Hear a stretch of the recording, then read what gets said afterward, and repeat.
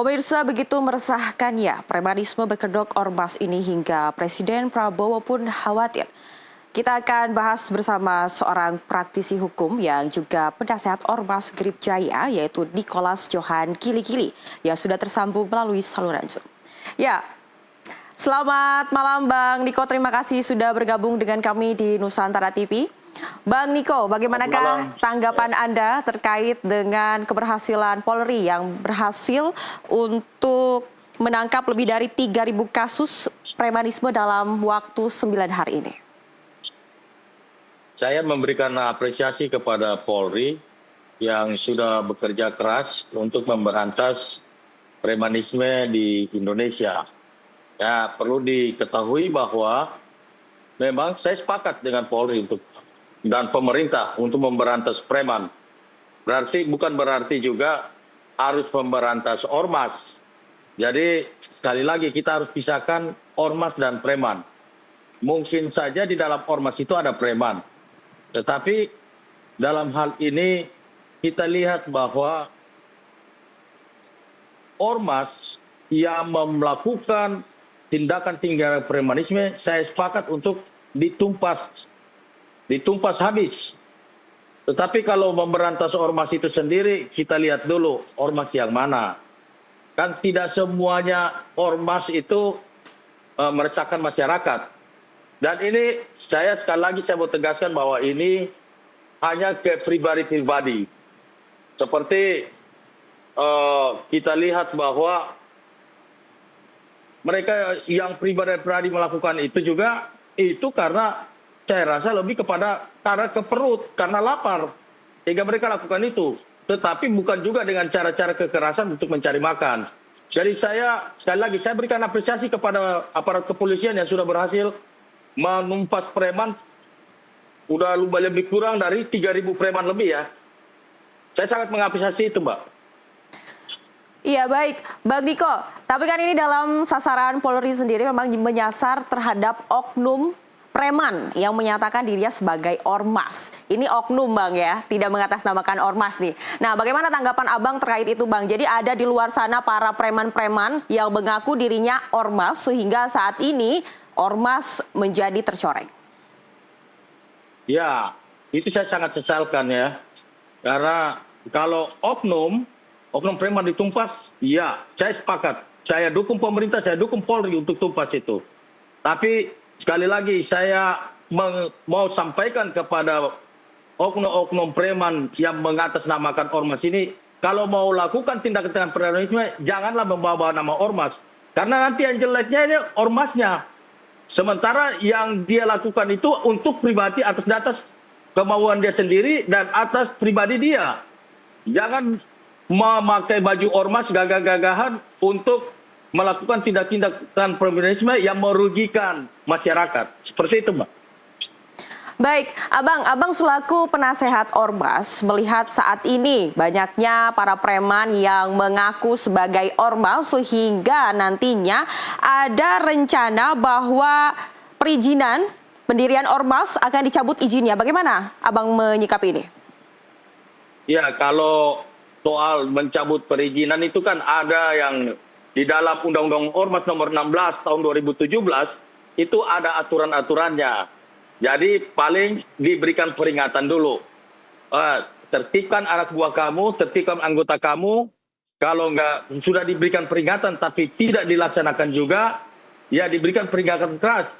Kalau sampai tidak mau mendengar juga, ya baru dicabut. Berarti izinnya dicabut. Baik, berarti itu menurut Abang jika ada pencabutan ini tidak berlebihan, Bang? Maaf, Mbak. Gimana? Berarti itu tandanya, artinya jika ada pencabutan perizinan, itu tidak berlebihan, Bang? Kurang jelas, Mbak. Baik. Suaranya kurang jelas. Baik. Halo? Bang Niko bisa mendengar suara saya dengan jelas? Gimana, Mbak? Iya. Iya, gimana? Baik, jika nantinya ada pencabutan perizinan ormas, apakah itu tidak berlebihan? Bagaimana menurut Abang? Saya rasa sih kalau memang ormasnya tidak bisa diperingati, ya itu tidak berlebihan lah kalau dicabut izinnya. Tapi saya merasa bahwa perlu ditegur dulu ya, tegur, dikasih peringatan. Nanti kalau dikasih peringatan nggak mau menertibkan organisasinya atau oknum-oknum ini, maka ya segera ditindak tegas saja, dicabut izinnya. Baik Bang Diko, masalah perizinan ini kan ada di Kementerian Dalam Negeri ya Bang ya. Sementara usai polisi mengungkap kasusnya, menurut Abang apa yang harus dilakukan dari Kemendagri sendiri? Nah, kalau menurut saya, ormas ini sebetulnya aset. Kalau dia dibina dengan baik, maka dia akan jadi aset bagi negara. Semangat ormas itu sendiri mendukung program pemerintah, menjaga ketertiban, menjaga keamanan, bahkan dengan bakti-bakti sosial, dia bisa membantu pemerintah di situ.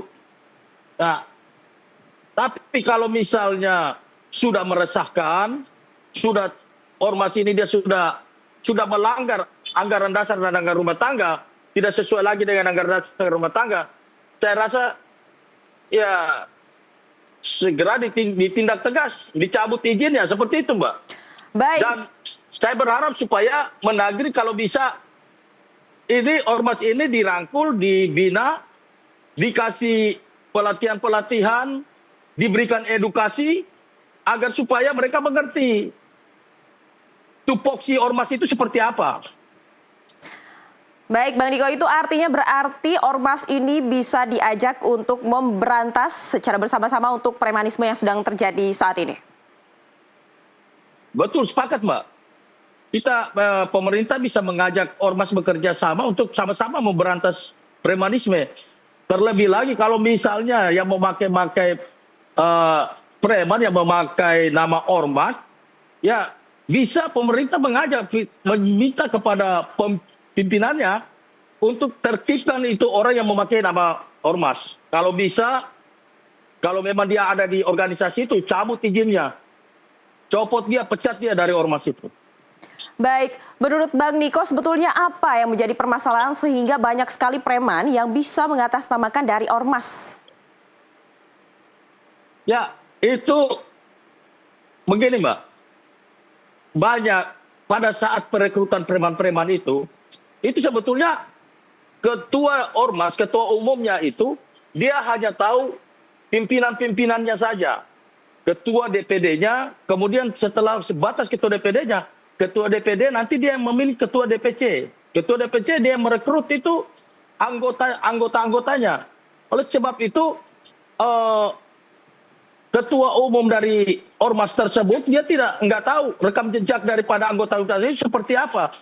Nah, kedepannya saya berharap supaya ketua ormas juga mereka dalam merekrut anggotanya dia perlu seleksi dulu. Setelah diseleksi, dikasihlah pembinaan-pembinaan, pelajaran, edukasi yang baik, diberitahu tentang anggaran dasar, anggaran rumah tangga, tupoksinya seperti apa. Saya pikir itu. Baik, dari Bang Niko bagaimanakah harapannya terkait sikap pemerintah untuk memberantas premanisme ini, Bang? Harapan saya ya untuk menjaga ketertiban dan keamanan bangsa dan negara, terutama investasi-investasi yang ada di Indonesia, supaya tidak diganggu lagi oleh premanisme. Saya sepakat dengan Polri agar supaya ditumpas habis, jangan ada lagi premanisme di Indonesia ini. Baik, terima kasih banyak Bang Nicholas Johan Kili-Kili selaku pengamat hukum yang sudah bergabung dengan kami pada sore hari ini. Selamat melanjutkan aktivitasnya kembali, Pak. Sama-sama, Mbak. Selamat malam. Dan pemirsa jangan kemana-mana, usai jeda kami akan kembali dengan beragam informasi menarik lainnya. Tetaplah bersama kami di NTV Prime.